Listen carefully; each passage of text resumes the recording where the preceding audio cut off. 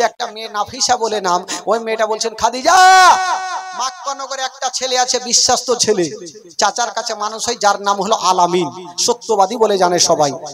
বলে জানা একটু দেখ, দরকার হলে তাকে ডবল বেতন দিব। দেখেন কাজ আমার নবীর কাছে। বাবা গো, এবার নাফিস আবু তালেবকে বললেন, আবু তালেব আমার নবীকে বললেন, আর আমার নবী মা খাদিজাতুল কুবরার কাছে হাজির।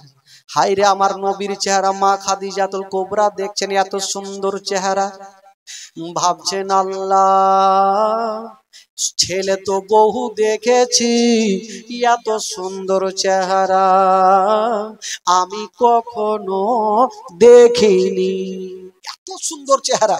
কিন্তু মা খাদিজাতুল কুবরা আবার ভাবছেন সুন্দর দেখে আমার লাভ নেই, যেহেতু আমি বিয়ে করব না, চারটা সন্তান হারা মা, দুটা স্বামী হারা, তো বিয়ে করব না, তো দেখে কি করব। মনটা কিন্তু আলাদা, মানে এত দেখতে সুন্দর মা খাদিজাতুল কুবরা ভাবছেন সব ছেলে থেকে এই ছেলের ব্যবহারই হচ্ছে আলাদা। তো আমার নবীকে মাল দিলেন, আমার নবীকে মাল দিলেন, যান ব্যবসা করে আসেন। তবে আমার নবীর সাথে দুটা মেয়েকে দিলেন, একটা দিলেন খাজিমা আর একটা মাসেরা পুরাতন গোলামকে দিলেন, যে তোমরা এই আলামিনের সাথে সাথে যাও। ওই দুইটা মেয়ে আমার নবীর সাথে চলে যাচ্ছে না বাবা, যেই রাস্তাতে চাচার সঙ্গে ব্যবসাতে গিয়েছিলেন। ও মা বোনেরা শোনেন মা গো, যেমনই আমার নবী ব্যবসাতে চলে যাচ্ছে না বাবা, যেতে যেতে হঠাৎ করে বন্ধুরা একটা বিশাল বড় জঙ্গলে পৌঁছে গেল। ওই দুইটা মেয়ে বলছেন ও গো আলামিন আর চলতে পারি না, একটা গাছের তলাতে আরাম করে নি। বাবা গো, আমার নবী একটা গাছের তলাতে বসেছেন, আর দুটা মেয়ে একটা গাছের তলাতে বসেছেন। যেমনই গাছের তলাতে বসেছেন বন্ধুরা, আর একজন রাহিব আল্লাহওয়ালা বলতে লাগলো, ওরে তোরা কে আছিস রে, তাড়াতাড়ি করে যা আর ওই গাছের তলাতে যারা বসে আছে তাদেরকে নিমন্ত্রণ করে আসো। বাবা গো, এবারে একটা লোক ছুটে গেল, নিমন্ত্রণ দিয়ে দিলেন। দুটা মেয়ে বলছেন ও গো আলামিন চলে নিমন্ত্রণ খাওয়া দাওয়া করে নি। বাবা গো, এবার খাওয়া দাওয়া শেষ হয়ে গেল। এবার ওই রাহে বলছেন হাগো বলো এই ছেলেটার মালিক কে আছে? দুটা মেয়ে বলছে এখন তো কেউ নাই, এখন আমরা আছি। বললে বলো এই ছেলেটাকে নিয়ে যাবে কোথায়? বলো যাবো মুলকে শামা। রায়ে বলছেন শুনে নাও, এই ছেলেকে মুলকে শাম নিয়ে যেও না। বললো কেন? বলে এই জন্য নিয়ে যেও না, এই ছেলেটাকে যদি নিয়ে যাও তবে জিন্দা ঘুরবে না। বললো কেন? বলে এই ছেলেটা সাধারণ ছেলে নয়, এই ছেলেটা হলো শেষ জামানার নবী। যেমন এই কথা বলতে না, দুটা মেয়ে বলছেন ও গো রাহেব, আমরা এত দূর থেকে আসলাম, আমরা জানতে পারলাম না, আপনি এখানে বসে বসে কেমন করে জানলেন এটা নবী? রাহেব একখানা কেতাব বার করে নিয়েছেন বাবা, যেমনই বার করেছেন বন্ধুরা বাবা গো, আর বলছেন ওরে মেয়েরা দেখো এই যে আমাদের ধর্মের কেতাবে লেখা আছে এই ছেলেটা ওই গাছের তলাতে বসেছিল, ওই গাছের তলাতে কেউ বসতে পারে না, ওই গাছের তলাতে কোনো পশু পাখি যেতে পারে না, ওই গাছের তলাতে কোনো জিনভূত যেতে পারে না। ওই গাছের তলাতে যাবে কে? যিনি হবে শেষ জামানার নবী। বাবা গো, ওই মেয়েগুলা ভয় পেয়ে গেল। বাবা গো, ওই ছেলেকে নিয়ে গেলেন না, আবার কাছের বুসরা শহরে কিনা বেচা করে বাড়ির দিকে রওনা দিচ্ছেন। ওই দুটা মেয়ে ভয় পেয়ে গেল, জানি না আলামিনকে আমরা নিয়ে যাব, যদি কিছু হয়ে যায় তবে খাদিজাকে উত্তর দিতে পারবো না। এরা বুসরা শহর আবার বিক্রি করে বাড়ি যাচ্ছেন। আর ওই দিকে মা খাদিজা রাত্রে বেলাতে শুয়ে একটা স্বপ্ন দেখলেন বাবা। স্বপ্ন দেখে ঘুমটা ভাঙলো, চিন্তা করছেন এত সুন্দর স্বপ্ন কখনো দেখিনি, আর মানেটা কি হবে? উনার চাচাতো ভাই ছিল একজন বিশাল বড় আলিম, যার নাম ছিল ওয়ারকা বিন নাওফেল। উনার কাছে গেটা হাজির হয়ে গেল, ডাক দিচ্ছেন ভাই একটু আসেন। চলে আসলো, বলছে বহিন খাদিজা কি হয়েছে? বললো ভাই জানগো আজকে একটা স্বপ্ন দেখলাম, তার মানে জানতে আসলাম। বললো কি স্বপ্ন? বললো ভাই জানগো আমি স্বপ্ন দেখলাম আকাশ থেকে চন্দ্র সূর্য নেমে আমার আগিনাতে চলে আসিল। এই স্বপ্নর মানেটা কি? ওয়ারকা বিন নাওফেল একটু মুস্কি মেরে হেসে গেলে। ওয়ারকা বিন নাওফেল একটু মুস্কি মেরে হাসলেন। মা খাদিজাতুল কুবরা বলছেন ভাইয়া গো আমি টেনশন করছি, স্বপ্নর মানে কি? আপনি হাসছেন কেন? ওয়ারকা বিন নাওফেল বলছেন খাদিজা তোমার স্বপ্ন খুবই সুন্দর আছে। আচ্ছা কি আছে বলে? মানেটা বলেন। বলছেন খাদিজা তোমার স্বপ্ন যদি সত্য হয় তবে তোমার আর একটা বিয়ে হবে। খাদিজা বলছে মাথা খারাপ, চারটা সন্তান হারিয়েছি, দুটা স্বামী হারিয়েছি, আমি আর বিয়ে করব না। তবে মারাত্মক কসম তিনি খাননি। তো ওয়ারকা বিন নওফেল বলছেন খাদিজা তুমি যে স্বামী হারিয়েছো সেগুলো সাধারণ ছেলে ছিল, আর এটা সাধারণ ছেলে নয়, তোমার সাথে যার বিয়ে হবে তিনি হবে খোদার নূরে তৈরি, খোদার নূরে তৈরি গয়া আমার মোহাম্মদ রাসূল। ও ভয় করি না জাহান নামে,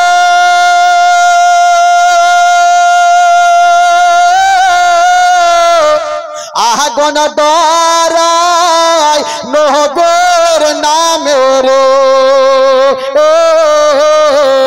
সে আগুন হবে ফল খোদার নূরে তৈরি গো আমার মোহাম্মদ রাসূল। তার কলেমা পড়তে গো মোরা করব না রে ভোল, তার কলেমা পড়তে গো মোরা করব না রে ভোল। ও চারে याद से नमाज पढ़ो, तार याद से रोजा राखी गो, রইব সুখে আদার ঘরে, হবে না নেকের সমতল খোদার নূরে তৈরি গো আমার মোহাম্মদ রাসূল। তার কলেমা পড়তে গো মোরা করব না রে ভোল। ও নবী আমার পাকা কান্দার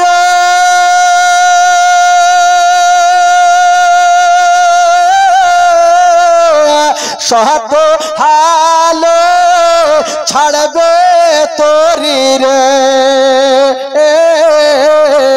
তাই তো বসে আরাম গো করে, হবে না নেকের সমতল খোদার নূরে তৈরি গো আমার মোহাম্মদ রাসূল।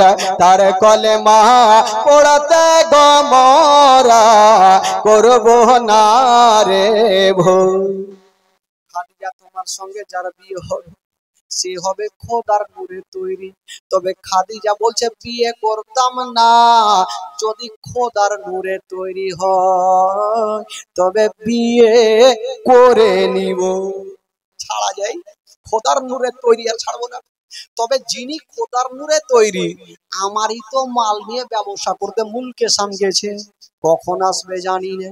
তবে নবী মুলকে সাম যায়নি, রাস্তা থেকে ঘুরে আসছে। ওই খাদিজার বাবা গো ঘুমটা হারিয়ে গেল, চিরুনি নিয়েছে হাতে, চুলগুলা বড় বড় ছিল, একবার চুলগুলা আঁচড়াচ্ছে, ছাদের উপরে যাচ্ছে, আবার নিচে আসছে, রাস্তার দিকে দেখছেন। একদিনের ঘটনা, যেমনই ছাদে গিয়েছে গো আমার নবীর ওপরে নজর পড়ে গেল।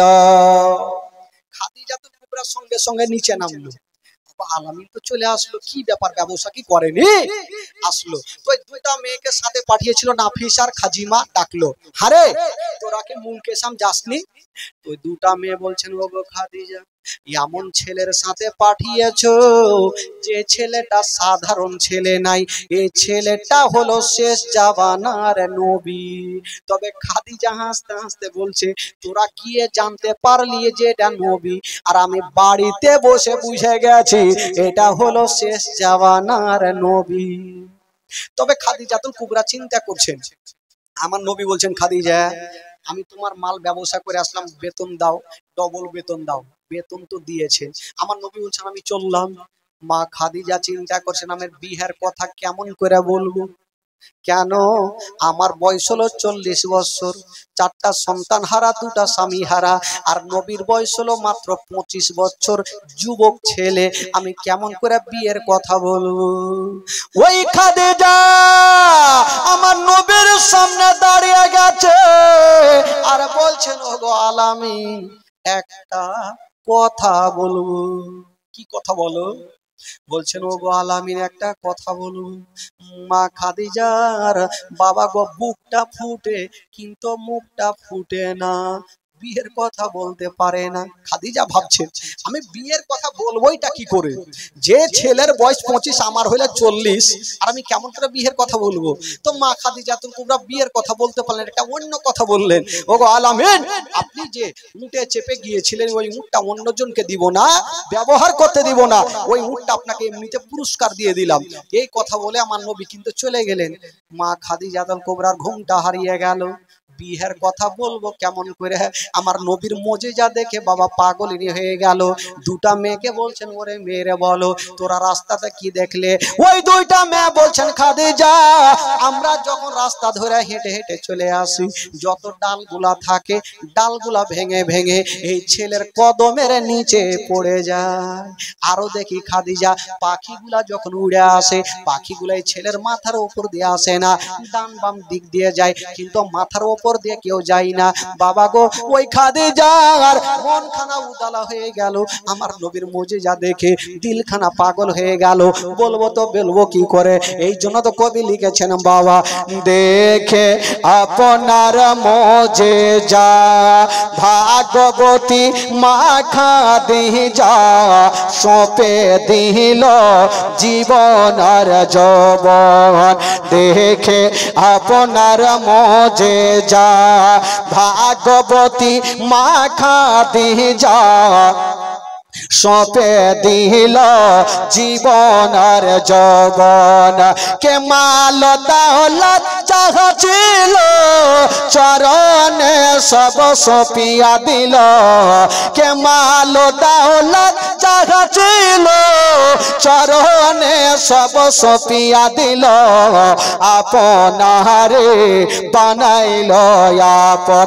আল্লাহর নবী দয়ার নবী গো, আপনি নবী আমার জীবনের জীবন। দয়ার নবী মায়ার নবী গো, আপনি নবী আমার জীবনের জীবন। আপনি নবী আমার জীবন সাথী, অন্ধকার কবরের বাতি। আপনি নবী আমার নির্দনী আর দন। আপনি নবী আমার জীবন সাথী, অন্ধকার কবরের বাতি। আপনি নবী আমার নির্দনী আর দন। কে রাহমাতাল লিল আলামিন, আপনি উম্মতের জামিন। কে রাহমাতাল লিল আলামিন, আপনি উম্মতের জামিন। গুনেহগার উম্মতের আপনজন। আল্লাহর নবী নূরের নবী গো, আপনি নবী আমার জীবনের জীবন। দয়ার নবী মায়ের নবী গো, আপনি নবী আমার নয়নের নয়ন। দেখিয়া হযরত বেলাল প্রেমেতে হইয়া মাতাল, পাইল মায়ার জালাতন। দেখিয়া হযরত বেলাল প্রেমেতে হইয়া মাতাল, পাইল মায়ার জালাতন। ও দেখে তাহার প্রেম বুকেতে বেলালকে দিলেন মুক্তি। ও দেখে তাহার প্রেম বুকেতে বেলাল কে দিলেন মুক্তি আপনারে বানাইলো আপন আল্লাহর নবী দয়ার নবী গো আপনি নবী আমার জীবনের জীবন দয়ার নবী মায়ের নবী গো আপনি নবী আমার জীবনের জীবন। মা খাদিজাতুল কুবরার ঘুমটা হারিয়ে গেল, বিয়ের কথা বলতে পারলে না, নবী তো চলে গেল।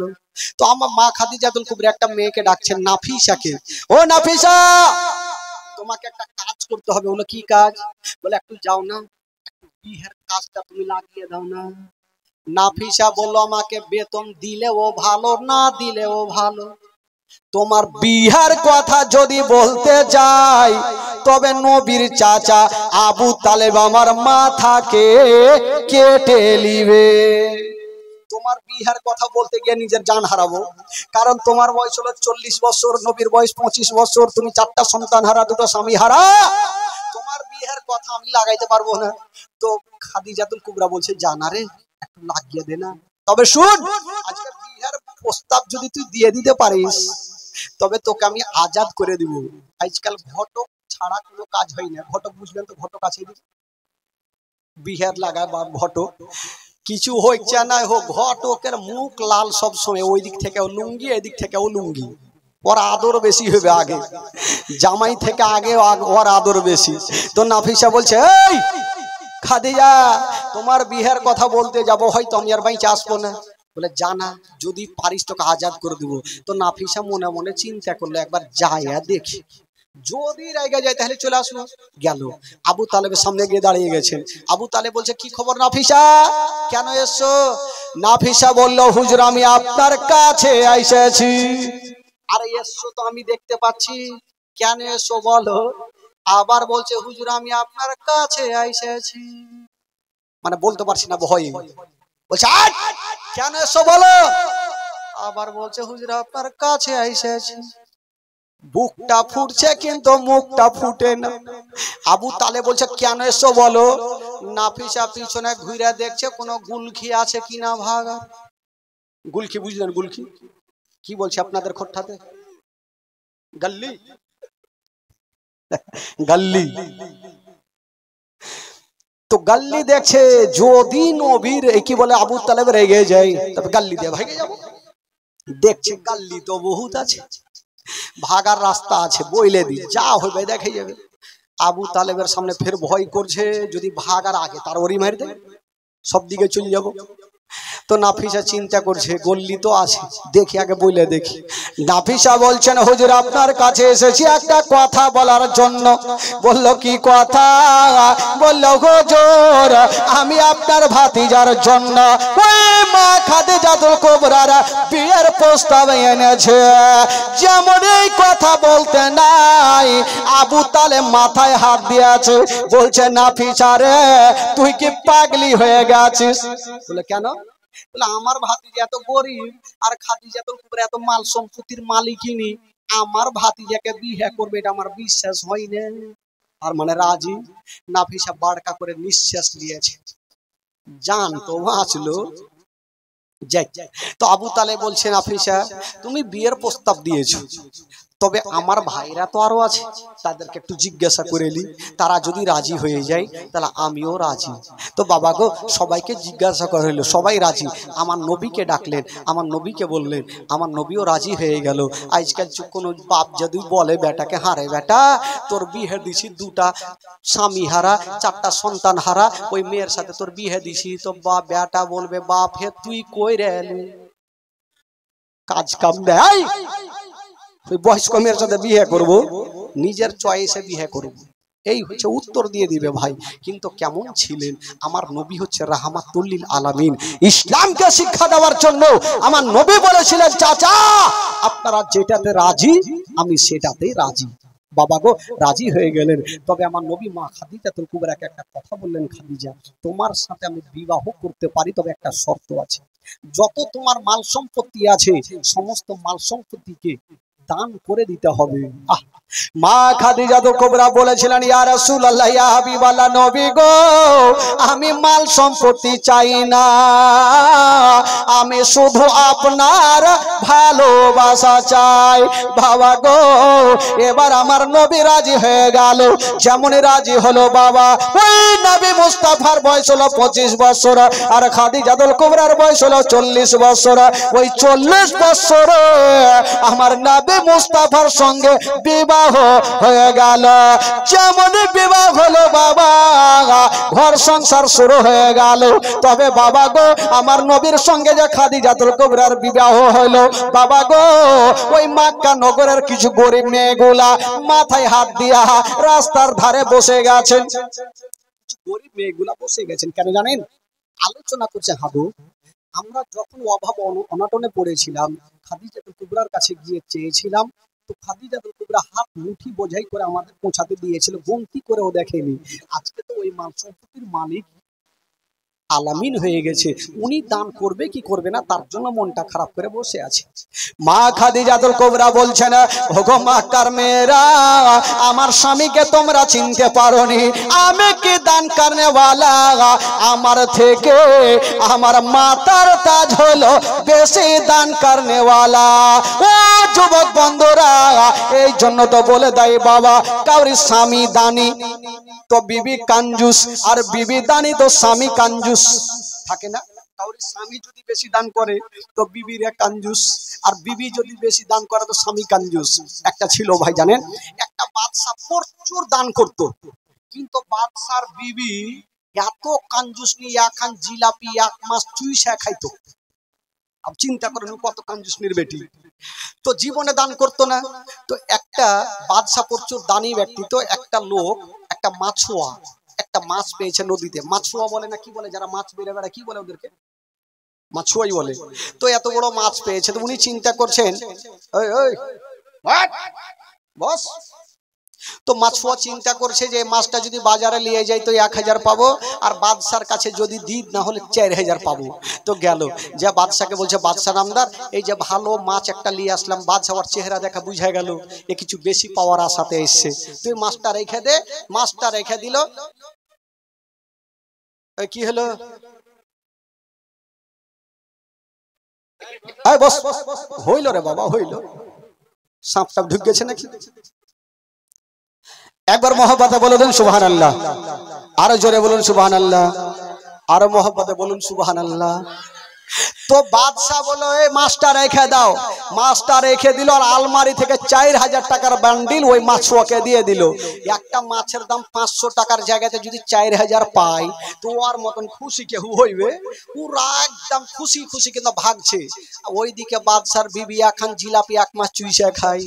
উনি বলছে, ওই বাদশা, কাজ কাম নাই, একটা মাছের দাম কখনো 4000 হয়? না হলে 500 টাকার জায়গায় আপনি 1000 টাকা দিলেন, কেন 4000 দিলেন? যখন স্বামীকে হুড়কি লিয়েছে, তো বাদশা বলল, আরে পাগলি, গেল তো গেল, গরিব মানুষ দোয়া করবে বলে দোয়া মোয়া বুঝি না, ঠগা হয়ে গেল। বলে ঠগা হয়ে গেল কি করবো, দিয়ে তো দেশে আর কিছু করার আছে? বলে আছে। বলে ঘুরিয়ে লেওয়া যাবে না? বলে লেওয়া যাবে। বলে কেমন করে? বলে আপনি মাছুয়াকে ডাকেন আর ডেকে বলেন, তুই যে মাছটা দিয়ে গেলি ওই মাছটা বেটা না বেটি মাছ। তো বাদশা বলে, আরে যদি বলে দেয় যে মাছটা বেটা, তো আপনি বলে, আমি বেটা মাছ খাই না, তোর টাকা দিয়ে যা, তোর মাছ নিয়ে যা। আর যদি বলে দে বেটি, তো বলবে যে আমি বেটি মাছ হাঁড়িতেই তুলি না। ঠিক আছে, ডাকলো মাছুয়াকে, মাছ শোন, আরে তুই যে মাছটা দিয়ে গেলি এ মাছটা বেটা না বেটি?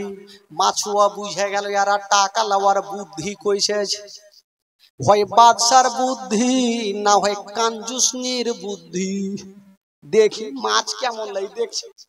বলছে, বাদশা নামদার হক কথাটাই বলবো, মিথ্যা বলবো না। আমার মাছটা বেটাও নাই বেটিও নাই, আমার মাছটা হলো হিজড়ে।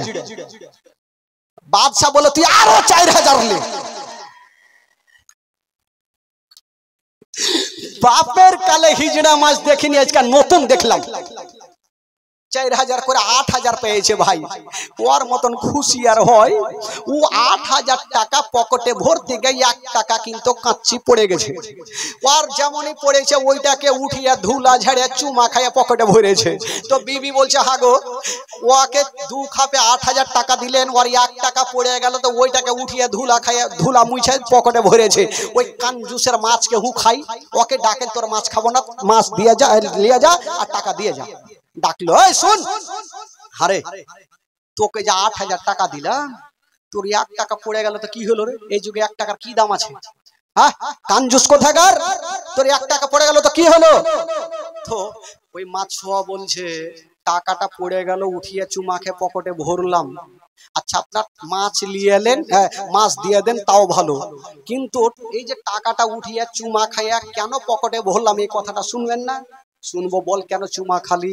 বিবি মনে মনে ভাবছে ফের কি কইবে, ফের 4000 না যায়। বলে কেন খালি বল? তো চট করে বলছে মাছুয়া, যখন 8000 টাকা ভরছিলাম 1 টাকা পড়ে গেছে, ওইটা উঠিয়ে চুমা খা কেন উঠালাম? যখন উঠিয়ে দেখছি আপনার নাম লেখা আছে, ভাবলাম এই টাকাটা এইভাবে পড়ে থাকবে, কত নামাজি বেনামাজি এটা দিয়ে হাঁটবে, আপনার মুখে মুখে লাত মারবে, তার জন্য হুজুর আপনাকে ভালোবাসে, উঠিয়ে মুখে চুমা খেয়ে পকেটে ভরেছি। বাদশা বলে তুই আরো 4000 নে। আমার বিবি আদর করে কোনদিন চুমা খেলো না, আমার তুই আর নামে চুমা খেয়েছিস, আরো 4000 লে। বিবি বললো স্বামী গো, বলে চুপ চুপ চুপ চুপ, ফের তুই কি বলবি, ফের 4000 যাইবে। দাঁড়ান ইসলাম বন্ধুগণ, এই তো বলে কাউরি বিবি কাঞ্জুস স্বামী দানি, আর কাউরি স্বামী দানি তো বিবি কাঞ্জুস। দেরাদার বন্ধুগণ বাবাজি, তবে মা খাদিজাতুল কুবরা যা দান করতেন তার থেকে আমার নবী বেশি দান করতেন। আসুন একবার জোরে সোরে দরুদ পাক করুন, আল্লাহুম্মা সাল্লি আলা সাইয়্যিদিনা মাওলানা মুহাম্মদ ওয়ালা আলে সাইয়্যিদিনা ওয়ালা আলে সাইয়্যিদিনা মাওলানা মুহাম্মদ। একবার মোহব্বতে বলুন তো সুবহানাল্লাহ, সুবহানাল্লাহ, একটু জোরে বলুন সুবহানাল্লাহ। বাবা গো, একটু আপনাদের মনটা চাঙ্গা করে দিই, কারণ আপনাদের ঘুম লাগতে শুরু হয়ে গেছে, আমি জানি আপনাদের ঘুম লাগছে। একটু আপনাদের উর্দু গজল আপনাদের ভাষায় একটু আপনারা জোরে সোরে আমার সাথে পড়ুন, তাহলে ঈমানটা তাজা হবে। কেউ চুপ করে থাকবে না, সবাই পড়ুন। তুম ভিকার কে উনকা চর্চা अपना दिल चमकाओ, ऊंची में ऊंचा नबी का झंडा, अजमत वाला नबी का झंडा, रिफवत वाला नबी का झंडा, घर घर में लहरा वो पुकारो या रसूल अल्लाह,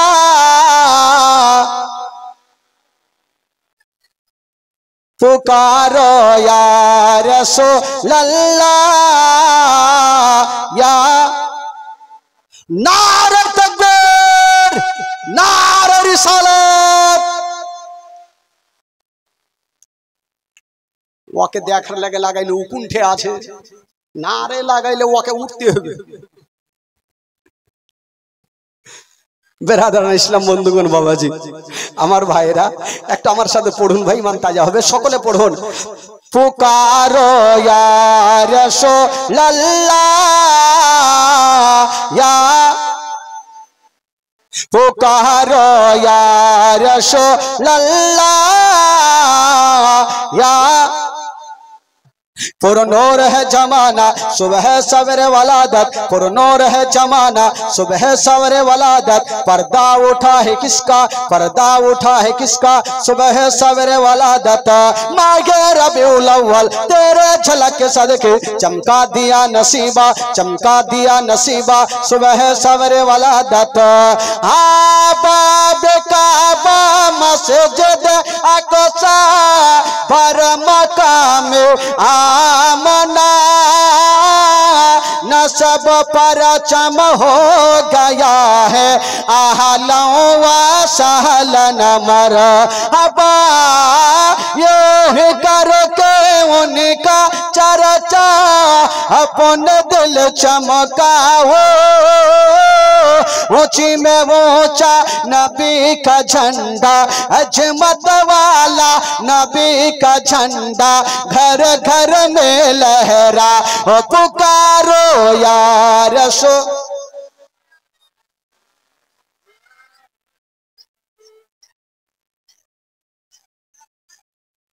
पुकारो या रसूल अल्लाह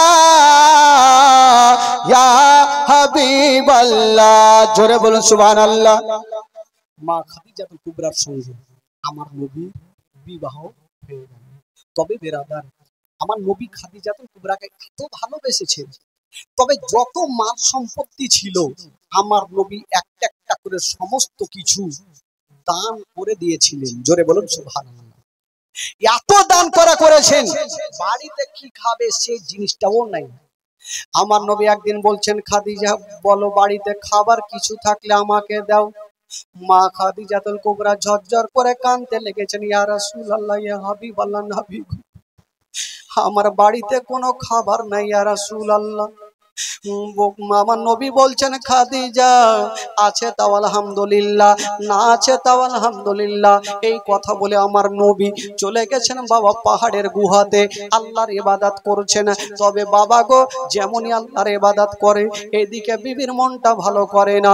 মা খাদিজাতুল কুবরা ঝরঝর করে কান্দে, আল্লাহ গো আমার স্বামী আমার মাথার তাজ আমার কাছে খাবার চাইলো, আমি দিতে পারলাম না। ওই খাদিজা ঝরঝর করে কাঁদছেন, আল্লাহ আমার স্বামী আমার মাথার তাজ কত না কষ্ট করছে। বাবা গো, খাদিজার বাড়িতে মনটা ভালো লাগে না। বেরিয়ে গেলেন বাড়ি থেকে বেরাদার, একটা বিশাল বড় জঙ্গলে গিয়েছেন মা। যেমনই জঙ্গলে যেতে নাই, চতুর্দিকে তাকিয়ে দেখছেন বাবা একটা গাছে একটা সুন্দর ফল দেখা গেল। মা খাদিজাতুল কুবরা ভাবছেন, আল্লাহ আমি ফলটা সুন্দর করে পেড়ে নেব। যেমনই ফলটা পাড়তে গিয়েছেন বাবা, বাবা গো মা খাদিজাতুল কুবরা নরম হাতখানাতে কাঁটা লেগে গেল, হাত কাঁটাতে আঁচড়ে গেল, আর হাত দিয়ে ঝরঝর করে রক্ত ঝরতে লাগলো।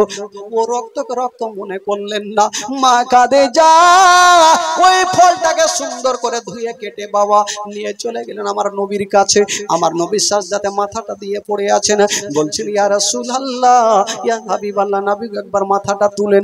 যেমনই আমার নবী মাথাটা তুলেছেন, দেখছেন মা খাদিজাতুল কুবরা দাঁড়িয়ে আছেন, আর চোখ দিয়ে ঝরঝর করে পানি। বলছেন, খাদিজা আচ্ছা বলো বিবি কেন এসেছো বলো। মা খাদিজাতুল কুবরা বলছেন, ইয়া রাসূলুল্লাহ, ইয়া হাবিবাল্লাহ, নবী গো আপনি না খেয়ে এসেছেন, আমার মনটা ভালো করে না। নবী গো এই যে আপনার জন্য ফল আমি এনেছি। যেমনই আমার নবী ফলটা নিতে যাবে, বাবা গো দেখছেন হাত দিয়ে রক্ত ঝরছে। বলছে, খাদিজা তোমার হাত দিয়ে কেন রক্ত ঝরে? মা খাদিজা বলছেন, ইয়া রাসূলুল্লাহ আপনার জন্য ফলটা পাড়তে গিয়ে হাতে কাঁটা লেগে গেছে, তবে নবী গো আমার কোনো ব্যথা লাগেনি, শুধু আপনাকে ভালোবাসি। যেমন এই কথা বলতে নাই, আমার নবী বলছেন, খাদিজা তুমি বিবির হকটাও আদায় করে নিয়েছো। খাদিজা যাও যাও, আজকে আমি নবী তোমাকে একটা কথা বলে দিলাম, যাও যাও তোমার জন্য জাহান্নামের আগুন হারাম হয়ে গেল। বাবা গো আমার নবীর জবান থেকে যেই কথা বেরিয়ে যায় সেই কথা হয়ে যায়। বেরাদার বন্ধুগণ বাবা, তবে বেরাদার ও যুবক বন্ধুরা একটা কথা বলে দিই বাবা, এই করে করে বন্ধুরা আমার নবীর বয়স যখন 40 বছর হয়ে গেল, যখন 40 বছর হতে নাই, তবে বেরাদার বন্ধুরা আমার নবীর 4টা বেটি ছিল, জাইনাব, উম্মে কুলসুম, রুকাইয়ার ছোট্ট বেটি ফাতেমা। তবে 4টা বেটির মধ্যে সব থেকে যে বেটি ফাতেমাতুজ জাহরা রাদিয়াল্লাহু তাআলা আনহা, ওই ফাতেমার হাতে হবে জান্নাতি চাবি মা। ওই ফাতেমার যদি রাজি হয়ে যায় তবে জান্নাত গ্যারান্টি মা। ছোট্ট বেটি ফাতেমা বাবা গো দুনিয়াতে চলে এসেছেন। তবে বেরাদার বন্ধুরা আমার নবীর যখন 40 বছর বয়স হয়ে গেল, আমার নবী ইসলাম প্রচার করবেন। ইন্না দিনা ইনদাল্লাহিল ইসলাম, ইসলাম প্রচার করতে শুরু করেছেন বাবা গো। তবে একটা কথা বলে দি বাবা,